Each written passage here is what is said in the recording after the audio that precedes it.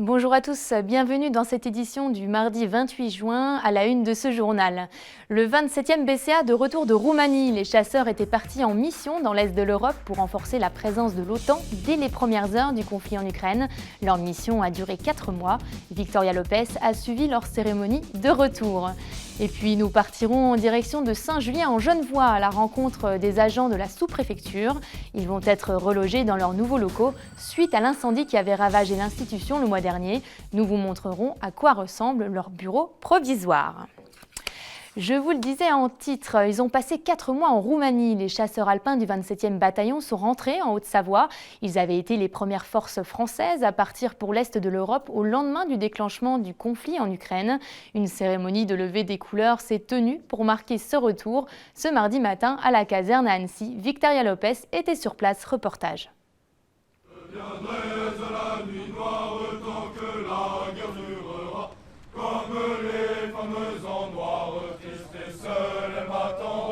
Ils étaient partis dans la précipitation en février dernier. Pour renforcer les forces de l'OTAN en Europe de l'Est, les hommes du 27e bataillon de chasseurs alpins avaient pris la direction de la Roumanie. 4 mois plus tard, ils sont de retour. Il y a eu 2 phases dans cette mission. Il y a eu une première phase de déploiement assez rapide où en 5 jours on a été déployés, hommes, matériel, équipements, munitions, prêts à combattre. Et après la situation est celle que vous connaissez, c'est-à-dire que les forces armées russes se sont refocalisées sur la partie orientale de l'Ukraine et la pression s'est faite un peu moins forte sur la frontière, ce qui ne nous a pas laissé sans désœuvrement. Au contraire, on a mis à profit ce temps pour renforcer le dispositif, s'intégrer dans les forces de l'OTAN et de travailler avec nos alliés, essentiellement roumains, américains, mais également portugais et polonais, qui sont les contingents qui arment là-bas. Ce renforcement de la présence de l'OTAN et européenne sur les frontières de notre continent. Les 250 chasseurs alpins du 27e présents sur place ont donc pris part aux entraînements interalliés. Un exercice plutôt rare pour ces soldats. On avait une compagnie belge également au sein du bataillon qui était commandée par le colonel Minguet. Et donc rapidement il a fallu s'adapter à cet environnement international qui n'est pas forcément dans nos habitudes de l'armée de terre, puisqu'on a plus l'habitude de travailler en franco-français en Afrique. On a beaucoup côtoyé l'armée roumaine. Assez rapidement, comme je le disais, on est arrivé et il a fallu se réarticuler et comprendre notre environnement. Et là on a travaillé avec l'armée roumaine, on a créé des vrais partenariats, une vraie cohésion avec eux et dans nos façons de faire, dans nos procédures opérationnelles, etc. Après avoir enchaîné plusieurs missions, les hommes du 27e vont pouvoir profiter d'un repos bien mérité. Avant de prendre leur congé, certains défileront sur les Champs-Élysées le 14 juillet prochain. Ils seront mis à l'honneur pour leur présence sur le sol roumain aux premières heures du conflit ukrainien. Et lors de cette levée des couleurs sur la place d'armes de la caserne ce mardi matin, 2 soldats ont été décorés. Ils ont reçu une médaille pour leur action exemplaire lors de la participation du bataillon à l'opération Barkhane l'année dernière au Mali. Les chasseurs alpins avaient là aussi passé 4 mois sur place. Je vous propose d'écouter le colonel Minguet à nouveau au micro de Victoria Lopez. Aujourd'hui, on a remis 2 décorations particulières qui date d'un événement qui s'est passé au Mali il y a pratiquement un an, le 21 juin 2021, où le 27e bataillon de chasseurs alpins était engagé là-bas dans un autre type de conflit, un conflit contre des groupes terroristes armés. Et ce 21 juin 2021, assez funeste, une compagnie a été attaquée par un véhicule suicide qui s'est fait exploser avec des gens autour qui cherchaient à créer des pertes. Et donc on a eu quelques blessés, mais la réaction collective de cette section, de cette compagnie, a permis de sauver des vies. On n'a pas eu de mort, mais on a eu des blessés. Et j'ai décoré ce matin 2 des personnels qui ont eu un rôle clé, prédominant, dans la réalisation dans la prévention, la sécurisation de la zone suite à cette attaque. Elle fête son 75e anniversaire ce mercredi 29 juin sur le Paquier. L'entreprise Salomon, l'une des sociétés emblématiques d'Annecy, va organiser pour l'occasion un après-midi découverte d'activités sportives outdoor. Pour en parler aujourd'hui, je suis en ligne avec Véronique Rémy, la directrice marketing de Salomon France et Belgique. Bonsoir Véronique Rémy. Bonsoir. 3/4 de siècle, ça se fête et vous avez choisi ce qui fait vivre votre entreprise pour le célébrer, le sport outdoor et toutes les disciplines qui en découlent. Qu'allez-vous proposer comme activité demain sur le Paquier ?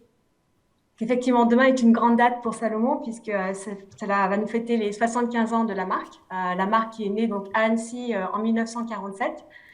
Et donc pour célébrer, je dirais, cet anniversaire assez important et très important, nous avons décidé effectivement avec la ville d'Annecy de donner rendez-vous sur le Paquier de 14h à 19h pour fêter ensemble les sports outdoor qui vraiment ont construit notre histoire. Et donc, à cette occasion, la découverte des sports est vraiment au programme en collaboration avec l'écosystème d'associations locales de la ville d'Annecy. Et où nous proposerons donc des ateliers sportifs, des stands d'information, de sensibilisation sur l'impact de la pratique du sport outdoor, mais aussi sur la biodiversité et sur la fabrication et l'entretien d'équipements sportifs, et bien sûr avec tous nos athlètes. Donc, on aura vraiment une moult activités qui seront proposées, à la fois avec un stand de la ville d'Annecy pour promouvoir les associations de vitalité. Donc, certaines comme par exemple Mont Blanc Boxing 74 sera présent, Taekwondo Annecy, Cénote Tennis de table, voilà, pour n'en citer que quelques-unes. Salomon proposera également des activités sportives pour progresser, pour découvrir de nouvelles pratiques et bien sûr entretenir son matériel avec des community runs, des community tests. Vous pourrez tester des produits Salomon et partir pour une petite course entourée de nos athlètes. Initiation aussi au biathlon et avec des carabines laser. Découverte de la cartographie, entretien de ski nordique. Vous pourrez venir avec vos skis et pourquoi pas apprendre aussi à les refarter. Et pourquoi pas faire des tests de scan 3D de vos pieds pour pouvoir recommander vraiment, pour savoir quel est le bon produit, quel type de chaussures correspond le mieux à vos besoins. Nous aurons également, donc nous proposons des rencontres avec la communauté sportive et les associations qui vont la soutenir. Donc on a bien sûr une séance de signature avec les athlètes Salomon qui aura lieu de 16h à 18h. La projection de films Projet 3000 et les rencontres avec l'équipe du film qui vraiment promeut le sport et son accessibilité. Et également des associations plutôt pour aider effectivement le côté caritatif avec Riders for Refugees et Annecy Solidarité Ukraine.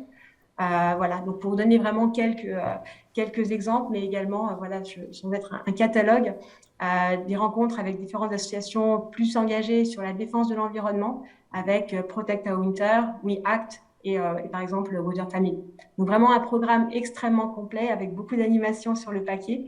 Voilà, pour célébrer ensemble avec toute la communauté d'Annecy les 75 ans de la marque, mais avant tout le sport outdoor et le plaisir de partager ces activités. Alors effectivement, ce programme est bien complet, vous venez de le montrer. Effectivement, vous le disiez, des ateliers de sensibilisation sur l'impact de la pratique sportive, sur la biodiversité sont prévus. La protection de la nature, c'est une valeur que porte encore Salomon à l'heure actuelle. Bien sûr, et je dirais plus que jamais, je pense qu'on est tous conscients, et spécialement comme une marque d'outdoor, je pense qu'on est à Annecy, aux portes de Chamonix, on peut regarder effectivement le glacier et la mer de glace, je dirais, devenir de plus en plus petite chaque année, mais également tout l'impact que ça peut avoir sur la nature autour de nous. Donc c'est très très important pour la marque et d'autant plus, je dirais, d'autant plus maintenant de faire attention à notre terrain de jeu. Parce que la nature, c'est pour nous sportifs et pour nous marques, je dirais, d'outdoor, c'est un terrain de jeu, mais il faut savoir le respecter. Et donc, c'est quelque chose sur lequel on met de plus en plus d'emphase. On a commencé, je dirais, il y a plusieurs années avec le lancement du programme Play Minded, qui permettait vraiment non seulement de s'adresser au terrain de jeu, mais également aux acteurs.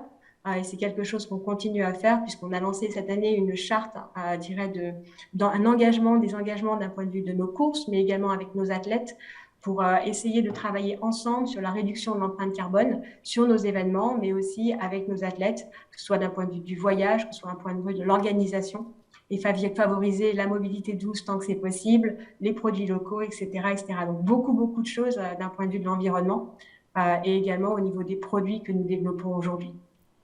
Alors justement, au quotidien, comment l'entreprise s'engage dans la protection de l'environnement? Si vous pouvez nous donner des exemples précis. La protection de l'environnement, je dirais de manière générale, et le RSE, je dirais encore plus largement, d'un point de vue des produits. Donc il y a 2 ans, nous avons lancé l'index 01, qui est la première chaussure de sport 100% recyclable.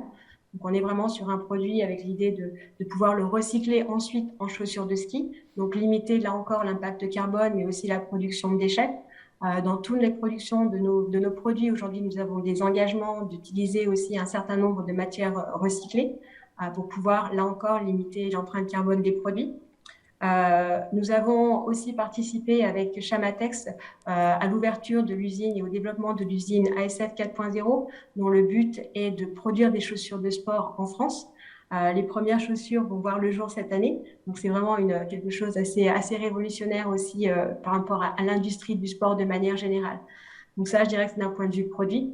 Ensuite, pour prendre exemple le marathon du Mont Blanc le week-end dernier, donc il y a encore 3 jours, nous avons présenté un stand de réparation de produits pour inciter les gens justement à venir réparer, que ce soit leur sac de sport, que ce soit leur textile, pour pouvoir vraiment les encourager je dirais, donner une deuxième vie à leurs produits plutôt que simplement d'acheter. Et là encore, je dirais, multiplier la consommation.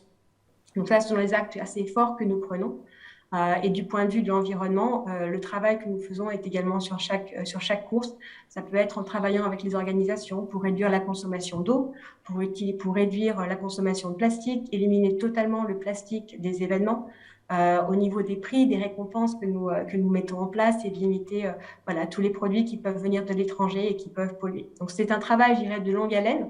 Mais nous avons donc cette charte qui nous permet, sur chacun des événements, de pouvoir essayer de cocher et de voir comment est-ce qu'avec les organisateurs, on peut améliorer chaque fois, je dirais, la façon dont on travaille pour pouvoir aller sur des événements plus propres, sur des événements plus respectueux de l'environnement qui, au bout du compte, bénéficieront à tous. Alors Salomon, c'est aussi l'un des centres d'innovation en matière de textile en Haute-Savoie depuis le début de son histoire qui a débuté il y a maintenant 75 ans. Comment expliquer la longévité de cette ingéniosité au sein de l'entreprise ? Je dirais que Salomon, effectivement, c'est un pionnier et c'est ce qui fait vraiment l'ADN de la marque, son innovation. Je pense que dès le début, et c'est parfois un petit peu, c'est un peu une boutade en interne, mais c'est vrai que notre personnel, tous les employés de la société ont énormément d'idées et c'est toujours cette idée de créer des produits différents et de pouvoir se challenger sur des nouveaux sports. Et c'est vraiment ce qui a fait, je dirais, ce qui est à l'origine et l'ADN de l'entreprise, puisque si on reprend les mots même de Georges Salomon, qui disait, voilà, ce qui me fascine le plus, c'est ce que je vais faire demain. Et c'est sans arrêt cette idée d'innover, que ce soit, je dirais, pour la première fixation de ski moderne qui a été lancée donc en 1957 et qui a remplacé les lanières de cuir sur les skis, aux nouvelles chaussures de ski qui ont été lancées, parfois à des nouveaux types de skis, des nouvelles pratiques, les premiers à avoir vraiment lancé le roller, mais aussi le wingsuit. Et voilà, on est toujours en train de se challenger. Et pour fêter le 75e anniversaire, justement, nous avions encouragé, je dirais, tous les gens qui travaillent chez Salomon d'aller tester un nouveau sport, d'inventer un nouveau sport, d'inventer de nouvelles choses. Et c'est vraiment ce qui nous définit. On dit qu'un petit peu notre nouvelle version, c'est vraiment Inventing Tomorrow since 1947, okay. Inventer demain depuis 1947. C'est vraiment ce qui inspire la marque et ce qui inspire tous les gens qui travaillent pour Salomon. Alors, une dernière question très rapide. Avant de se quitter, il y aura aussi des rencontres organisées avec des athlètes, vous le disiez tout à l'heure, avec la possibilité de faire des dédicaces. Dites-nous qui va-t-on pouvoir rencontrer ?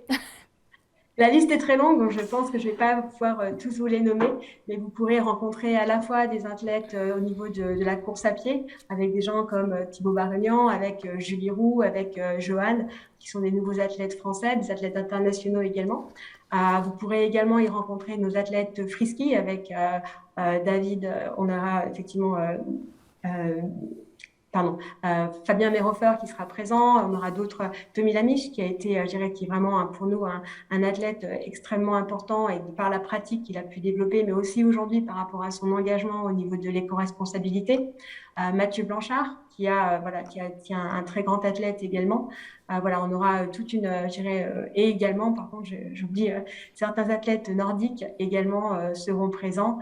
On a toutes vraiment des athlètes sur la totalité, je dirais, du spectre sportif Salomon qui seront là.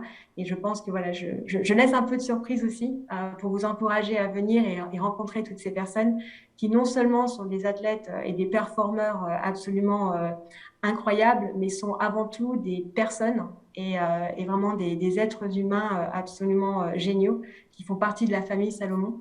Et s'il y a vraiment un point de différence, je dirais, ou un point très important pour Salomon, c'est qu'on est une famille.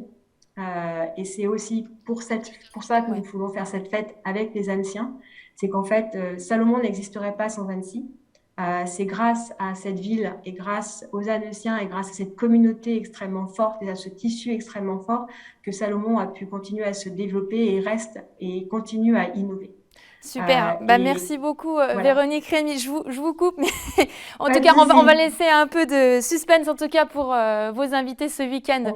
Encore un très bon anniversaire à Salomon, merci à vous. Bonne soirée.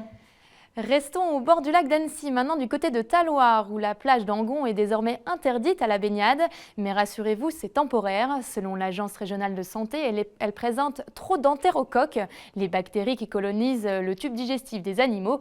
D'après leur dernière analyse, elle présente un risque d'infection intestinale pour les baigneurs. Alors pour assurer leur sécurité, le maire de Talloires, Didier Sarda, a affiché un arrêté municipal interdisant toute activité au bord de cette plage. Il nous explique que le phénomène est courant et qu'il est provoqué par l'activité de ce ruisseau qui traverse la plage. On l'écoute. Ça arrive tous les 5-6 ans, quand il y a une grosse période de sécheresse, assez longue, et c'est ce qui s'est passé avec des températures de plus de 40 degrés. On a, au moment de la première pluie, le ruisseau qui arrive derrière nous, qui est sur la plage d'Angon. Avant d'arriver là, il transporte toutes les pluies qui sont tombées sur l'alpage. Et donc ce ruisseau, il traverse l'alpage de l'eau et le plateau de Saint-Germain, où il y a pas mal de bêtes, de vaches en pâture. Et donc c'est une bactérie qu'on retrouve dans les excréments, dans les bousses de vaches. Et donc la première pluie, elle ne peut pas pénétrer dans le sol parce que le sol est dur, elle lessive le sol, directement ça va au ruisseau et ça va au lac. Donc ça arrive de temps en temps. Il se trouve que le 22 juin, c'était la première pluie après cette grande période de sécheresse. Donc on a eu ce phénomène. Et donc la prise de cet arrêté qui est obligatoire, même si on n'en a pas fait... on n'a pas mis les gendarmes ou les policiers municipaux pour empêcher la baignade. Il y a un risque minime et dès le 24 juin où on a l'analyse, parce que c'est ça le problème aussi, on a le résultat 2 jours après, il y a eu plusieurs pluies entre-temps. Et donc la prochaine analyse, elle a eu lieu hier, j'en aurai le résultat demain. Mais on est serein, ça arrive régulièrement et c'est quasi sûr que les analyses seront bonnes. Elle est partie en fumée le 19 mai dernier. La sous-préfecture de Saint-Julien en Genevois a été détruite par un incendie et restera inutilisable pendant plusieurs années. Mais les services de l'État et la mairie ont œuvré ensemble pour trouver de nouveaux locaux provisoires pour les agents et les services. Ils ont en effet à cœur de maintenir cette sous-préfecture dans la ville. Les précisions de Victoria Lopez. L'incendie a ravagé le bâtiment de la fin du 19e siècle. Sous les yeux ébahis des passants, le toit de la sous-préfecture de Saint-Julien en Genevois était englouti par les flammes en mai dernier. 1 mois et demi plus tard, elle est toujours debout. La première question que nous nous posions, c'est les murs ont-ils besoin d'être étançonnés ? Est-ce qu'il risque de s'effondrer ? On a eu les résultats récemment, il n'y a pas besoin de mettre de contre-force, c'est déjà une bonne chose. Donc maintenant nous allons passer au stade d'évacuation de tous les gravats qui se sont accumulés au niveau du premier étage. En parallèle, mettre le bâtiment hors d'eau de façon à préserver le maximum de ce bâtiment historique qui date du Second Empire, du rattachement des Savoies à la France. Je rappelle, le bâtiment n'était pas classé, mais nonobstant cela, il y a un attachement des habitants à ce bâtiment, qui est un bâtiment qui a de l'allure, qui avait de l'allure et qui doit en conserver, parce que c'est toujours mieux à la fois de conserver une trace d'histoire, mais aussi de pouvoir conserver un bâtiment qui, dans son apparence, tient au cœur des habitants de Saint-Julien. Les travaux de remise en état de la bâtisse dureront plusieurs années. D'ici là, pour maintenir les agents et les services de la sous-préfecture à Saint-Julien en Genevois, la mairie a mis à disposition une ancienne école. Ce bâtiment était vide. Pour nous, on ne s'est même pas posé la question. C'était évident qu'il fallait reloger les services de la sous-préfecture, les agents, les services de l'inspection de l'éducation nationale et les services d'Espace France Service de Genevois qui a ouvert le 1er mars. Des travaux sont ainsi en cours dans l'école pour adapter les locaux.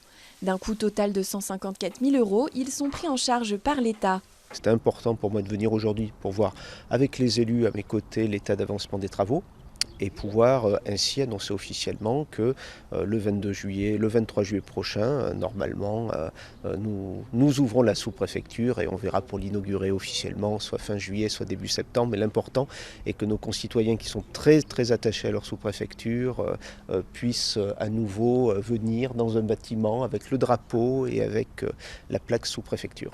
Il y a déjà eu un choc comme c'est pas possible quand la sous-préfecture a brûlé et il était évident déjà pour la commune, pour eux, pour le service rendu, qu'on trouve une solution sur Saint-Julien, parce que la sous-préfecture c'est Saint-Julien-en-Genevois. En attendant de retrouver ces nouveaux bureaux, les agents de la sous-préfecture sont pour la plupart en télétravail. Certains sont établis dans un camp de base provisoire à la maison de l'enfance et de la famille. Tous se retrouveront donc cet été pour écrire une nouvelle page de l'histoire de la sous-préfecture. Et sachez que la maison France Service du Genevois continue de fonctionner. Elle se trouve maintenant en mairie et les itinérances sont assurées. C'est la fin de cette édition. Merci à tous pour votre fidélité à 8 Mont-Blanc. Tout de suite, la météo de Thierry Paulme. Juste après, votre émission Panorama consacrée aux entreprises familiales en Savoie. Elle est présentée par Sébastien Germain. Merci à toute l'équipe pour cette édition. Très belle soirée sur notre antenne et à demain dès 18h.